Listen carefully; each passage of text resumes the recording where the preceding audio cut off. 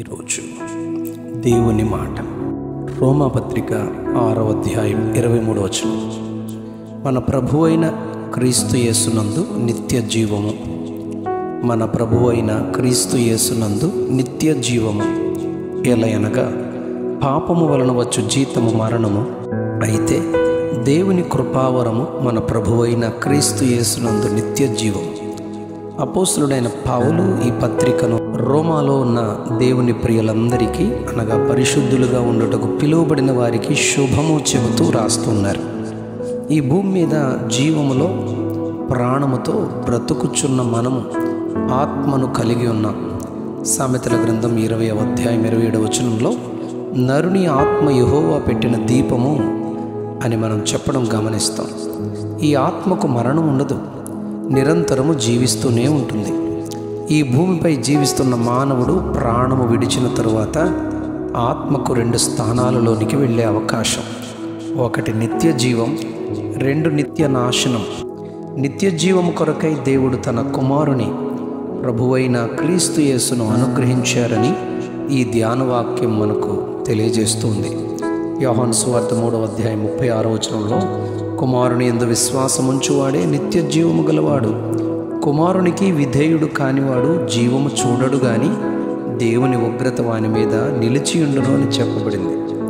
వీరు నిత్య శిక్షకును, నీతిమంతులు నిత్య జీవమునకును పోవుదురని మత్తయి సువార్త 25వ అధ్యాయం 46వ వచనంలో చెప్తూ, మొదటి యోహాను పత్రిక 5వ అధ్యాయం 12వ వచనంలో దేవుని కుమారుని నామమందు విశ్వాసముంచు మీరు నిత్య జీవము గలవారని చెబుతూ, నిత్య జీవము అనుగ్రహింతునని ఆయన మన కొరకు చేసిన వాగ్దానమని మొదటి యోహాను 2వ అధ్యాయం 25వ వచనంలో చెప్తారు.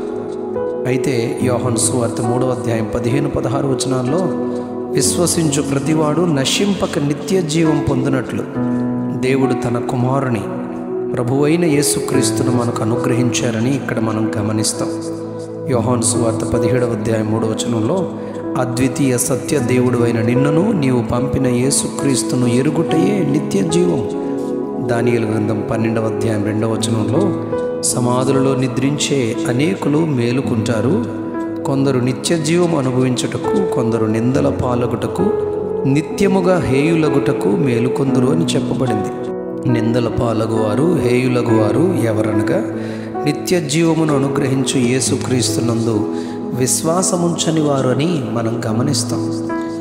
మన ఈరోజు ధ్యానవాక్యంలో పాపము వలన వచ్చు జీతం మరణం, అయితే దేవుని కృపావరం మన ప్రభు అయిన క్రీస్తు యేసునందు నిత్య జీవం.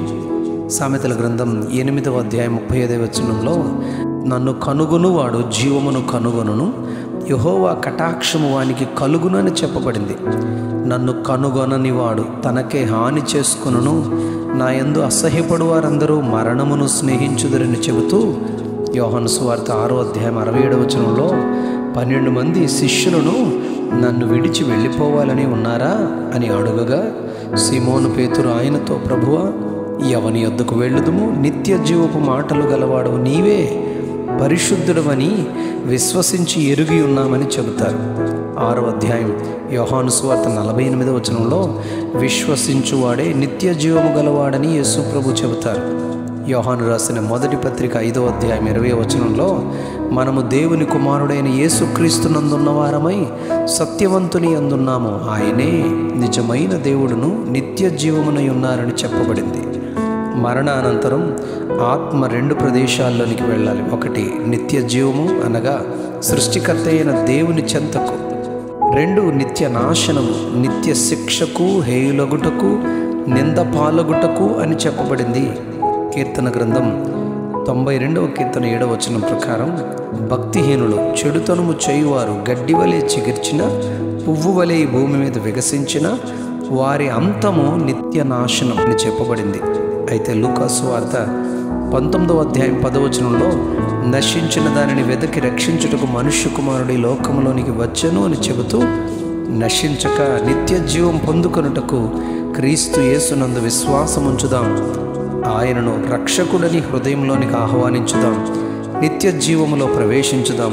అట్టి కృపను ప్రభు సమృద్ధిగా మనకు దయచేయునుగాక. ఆమెన్, ఆమెన్, ఆమేన్. ప్రభు అయిన క్రీస్తు యేసునందు నిత్య జీవం.